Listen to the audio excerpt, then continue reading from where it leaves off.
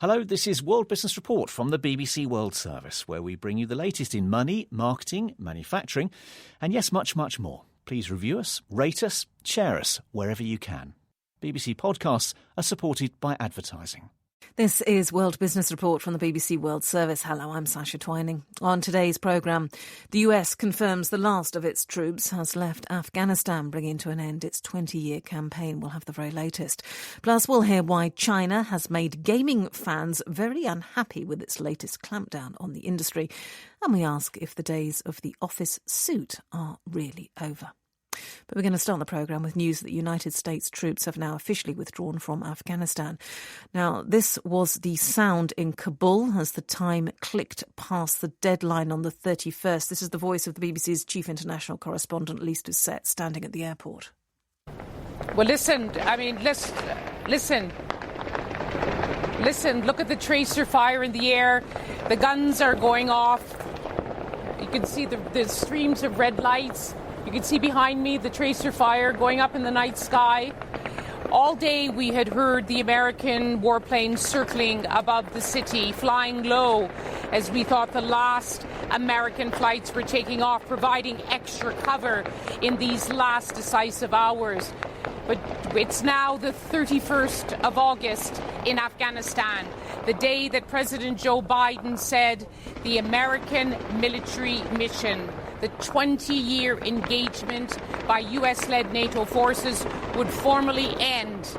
And this is what you are hearing now, the eruption of celebratory gunfire by Taliban supporters. So that sound they're bringing to an end the 20-year mission. Well, in the last half hour, the head of US Central Command says America managed to evacuate some 123,000 civilians. Here's General Frank McKenzie, the commander of US Central Command. I'm here to announce the completion of our withdrawal from Afghanistan and the end of the military mission to evacuate American citizens, third country nationals, and vulnerable Afghans. The last C-17 lifted off from Hamid Karzai International Airport on August 30th, this afternoon, at 3:29 p.m. East Coast time. And the last manned aircraft is now clearing the airspace above Afghanistan. General Frank McKenzie. Well, a few minutes ago, I spoke to Dr. Jonathan Schroden, the director of CNA's Countering Threats and Challenges programme. These are unusual times, to be sure. We've seen quite a bit of cooperation and information exchanges between the U.S. and the Taliban over the last couple of weeks. And we've even seen U.S. commanders, to include General McKenzie, the commander of U.S. Central Command, speak in very measured tones about the Taliban's cooperation, the usefulness of that, as well as a number of foiled attacks in Kabul that the Taliban apparently took action against, potential attackers based on U.S. intelligence that was shared with them. So it is an unusual phrase to hear, but seems to be a relatively common one, at least over the last few weeks. So you're talking about cooperation, you're mentioning measured tones, usefulness as well. Of course, the world now waits to see what happens next. There's a lot that could happen now. So obviously, there's a lot of different paths that things could go down. It'll be interesting to see if the U.S. attempts to build on the relationship that it's established in terms of at least sharing information about groups like the Islamic State in Afghanistan, which are common enemies of the U.S. and the Taliban, as well as every regional country there. There are mutual interests like that the U.S. and the Taliban have that could potentially be pursued jointly going forward. But of course, there are many other hang-ups that the two sides are going to have. For example, what the Taliban do with respect to women's rights going forward is likely to be a point of gross departure between them and the United States and the rest of the Western world, certainly. So it's likely to be quite a fraught relationship going forward, and it's going to be really fascinating to see how it plays out. I mean, what of those still left in Afghanistan? Are we any clearer? I mean, the Pentagon has said all US troops are out. Does that mean all Americans? No, I was just reading a report from the State Department that said they estimate something along the lines of 250 Americans who are still in Afghanistan that either chose not to leave at this time or were unable to get to the airport and get out at this time. And the U.S. is apparently trying to contact those individuals to determine if they still want to get out and to try and identify means of getting them out, presumably on a commercial flight or some type of overland route once the airport is fully functional again. Now, we've spoken a lot about what happens next in Afghanistan, but what about politically, domestically for President Joe Biden? And how is this going to be seen?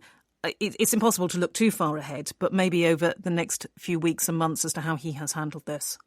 Well, I think there's going to be a lot of questions that get asked now. I mean, the tone here in the United States has been for the last few weeks, with some exceptions, but has mostly been there will be a time for after-action reports once the evacuation is complete.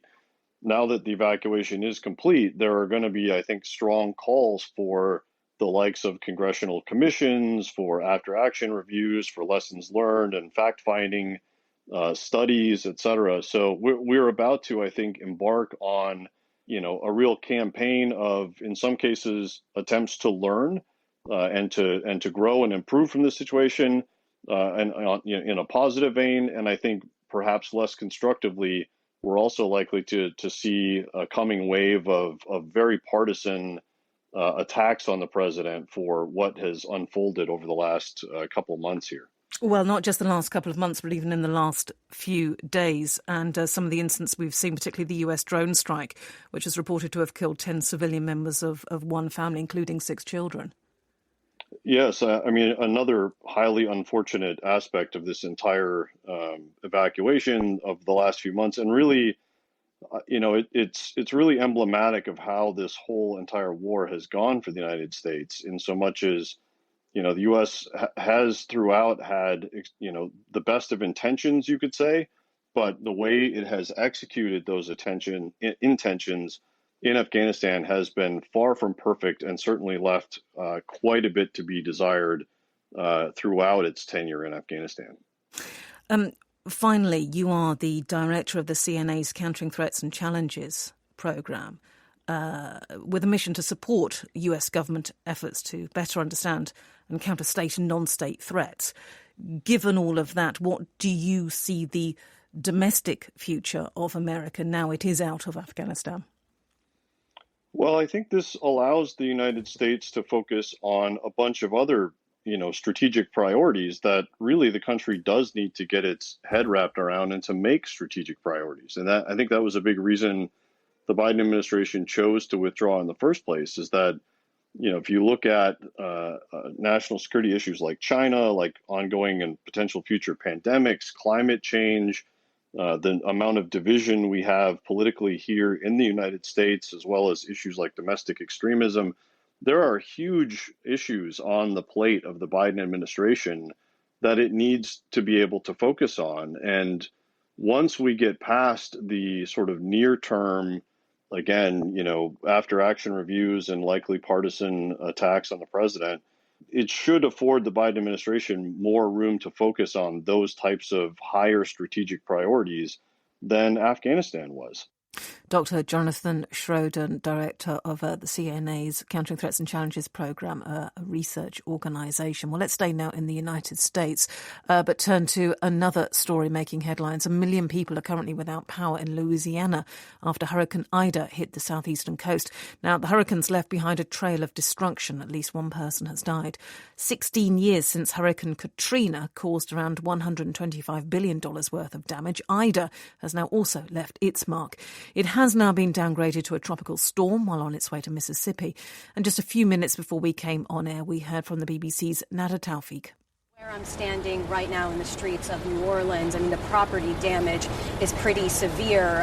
The jazz icon Louis Armstrong, his so-called second home here, a tiny brick building, was just reduced to rubble, and all around you do see debris lining the streets. Of course, the biggest issue for New Orleans right now, as the sun is out and the weather is now sweltering, is the fact that the power is out and there is no water. Now, Entergy New Orleans, the power company, says they are are now having crews go out to try to repair the lines where it's safe to do so, but it could still take weeks. I actually did also travel outside of New Orleans to some of those lower-lying areas, and it really is a very different picture there. That's where you're hearing accounts of people still stuck in their attics and roofs waiting to be rescued. There's hundreds of crews out in boats and helicopters trying to do that right now. In fact, the governor has warned that as those efforts continue, the death toll, which is currently at 1, he warns that could rise. But I met people there who thought the storm, was going to be okay. In Jefferson Parish, one man I found on his porch, but his roof had partially collapsed. The sheetrock inside of his home had collapsed, so he really had no shelter left. And as I left him, he was still trying to reach his sister in another part of Louisiana to see if he could evacuate and remain with her. So it is a very desperate situation for some. But here in New Orleans, we do have to remember how devastating Hurricane Katrina was in 2005. And so there is a sense that things always could have been worse here in New Orleans, and that at least the storm protections did hold up. Nada Taufik there. Well, let's take a look at the markets. Peter Jankowski is an independent market analyst. I spoke to him earlier and asked him how his day had been.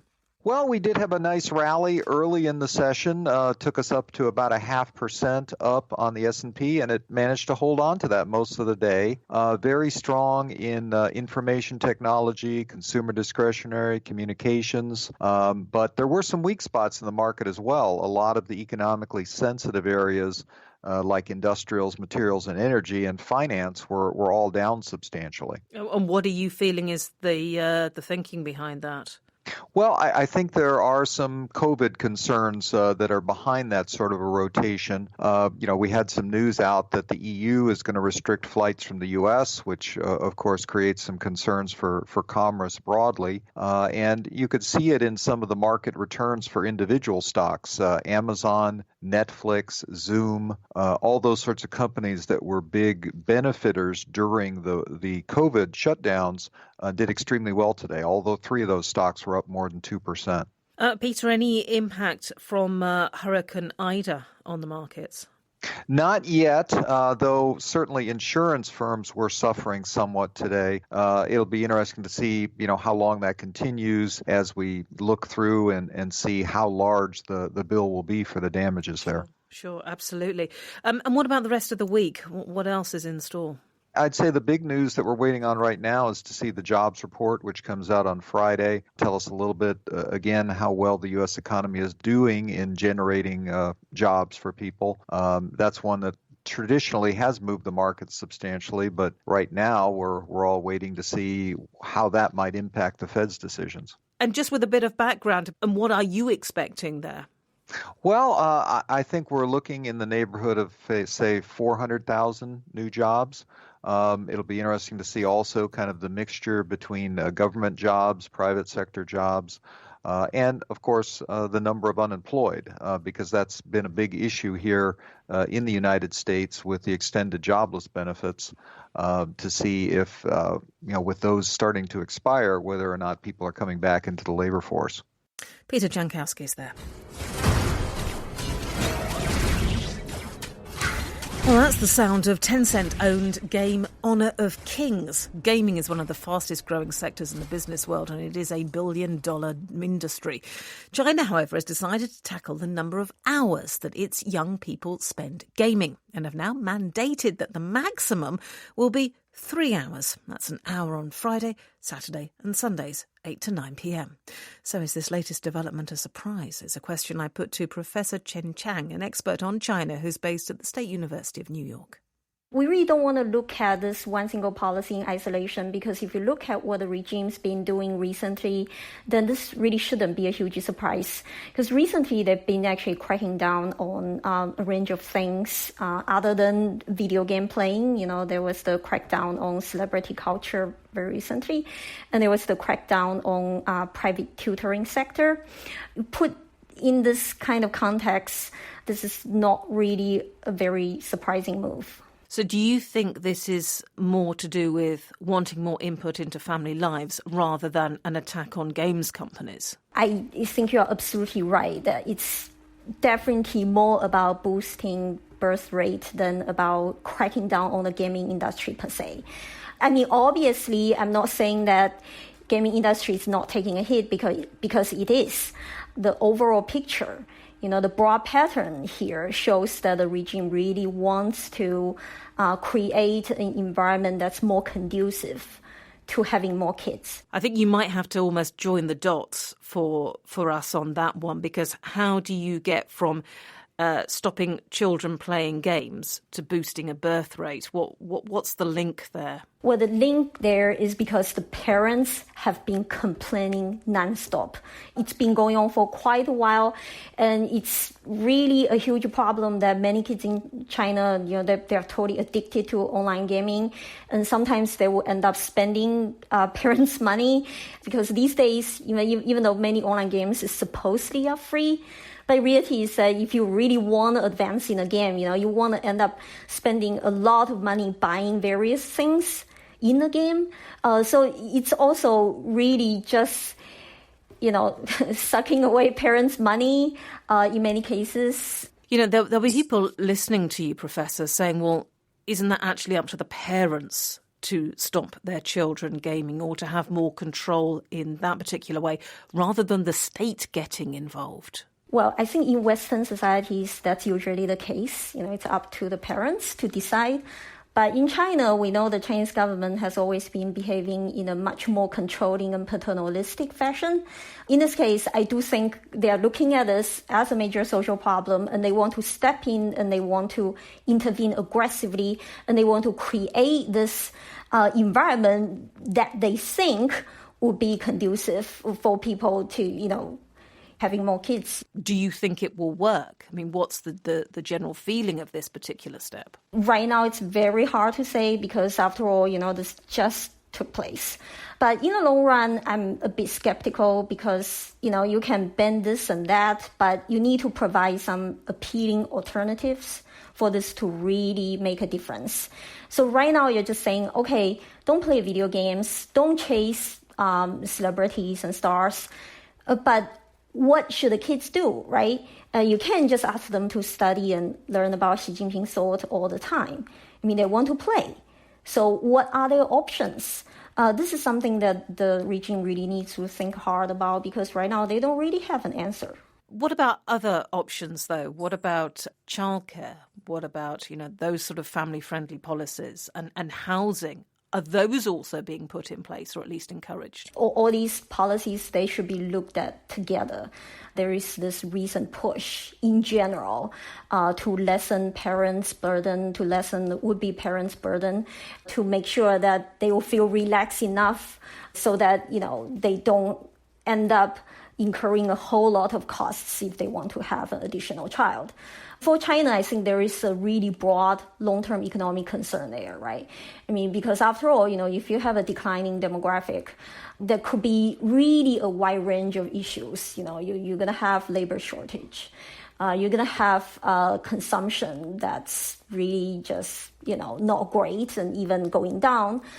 So in a sense, I would say if they can succeed, and I have no idea to what extent they will succeed, not only it will be a win for Chinese economy, it could potentially be a win for world economy as well, because there will be more demands in consumption, more demands in education, and many other economic sectors as well. What else do you think is on the cards? Or is this the last of this sort of raft of legislation? I would say it's definitely not going to be a last.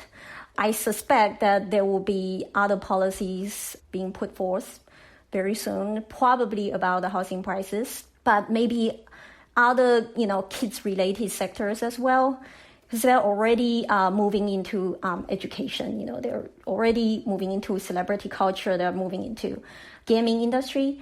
I certainly wouldn't expect them to stop now. Professor Chen Chang speaking to me earlier. Hey, business owner. Did you know that over 4.2 billion people are active on social media now? That means if you want to connect with your customers and find new ones, you need social. Hootsuite is the must-have tool for managing and growing your business on social. You can schedule content, publish posts, and track your success all in one place. Millions of businesses around the world are already using Hootsuite. Now it's your turn. Go to hootsuite.com/30free to start your free trial and get 50% off your first year. That's HOOTSUITE.com/30free for a free 30-day trial and 50% off your first year.